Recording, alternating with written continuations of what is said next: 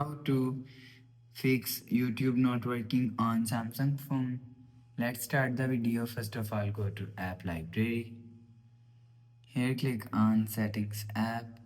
Now in setting, scroll down and click on apps. After click on apps, scroll down and search YouTube app from here. If you want to fix YouTube problem, so click on YouTube and click on storage. After click on storage, click on clear cache and click on clear data. After the process, you will see your problem is solved. So if it's still not solved, so reinstall your YouTube app. After install, you will see your problem is solved. After the process, go back to home screen. So that's how you can fix YouTube not working on Samsung phone. If you like the video, please subscribe. Thanks for watching.